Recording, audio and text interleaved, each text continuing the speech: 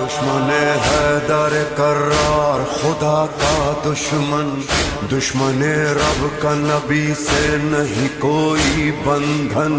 ابن مرجان ہو ملجم ہو یا شمر جوشن،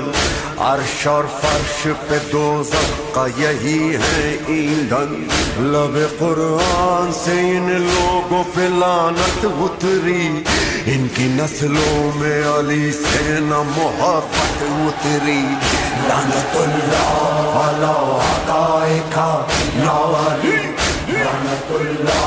علی اعدائک یا علی۔ ابن ملجم مولا کائنات کا جو ظالم جس نے مولا کو شہید کیا تھا، ابن رقہ باقاعدہ روایت کرتے ہیں کہ مسجد الحرام کے اندر بیٹھے ہوئے تھے کہ ہم نے دیکھا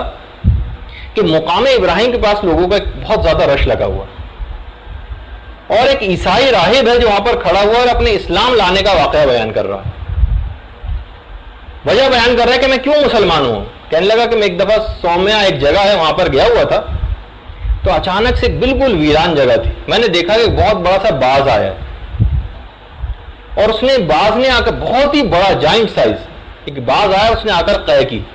اس قے کے اندر 1/4 انسان باہر نکلا اور پھر دوبارہ اندر چلا گیا، پھر اس نے پھر دوبارہ قے کی، وہ پھر باہر آیا، پھر اندر چلا گیا، یہاں تک کہ چوتھی قے میں وہ پورا آدمی باہر نکل کے گر گیا۔ اچانک سے میں نے دیکھا کہ شکاری باز آیا ایک بہت بڑا، اور اس نے چونچے مار مار کر اس کو ہلاک کر دیا، پھر وہ اس کو اڑا کر لے گیا، پھر دوبارہ ایسے ہی ہوا، پھر وہ آیا اس طرح سے پھر قے کی، پھر باہر نکلا، پھر اس طرح سے مارا گیا۔ کہہ رہے ہیں اس کو دیکھ کر وہ راہب کہتا ہے کہ میرے رونگٹے کھڑے ہو گئے، میں بھاگ کر اس شخص کے پاس گیا اور پوچھا شخص تو کون ہے؟ کہا میرا نام ابن ملجم ہے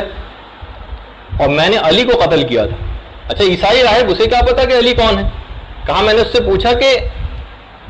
علی کون ہے؟ کہا کہ میں نے علی کو قتل کیا اور خدا نے اس پرندے کی ڈیوٹی قیامت تک اس بات کی لگائی کہ مجھے اسی طرح سے مار مار کے ہلاک کرتا رہے، اور یہ علی جس کا تم پوچھ رہے ہو یہ پیغمبر اسلام کے داماد، وصی، ولی، جانشین اور ان کے چچا کے بیٹے۔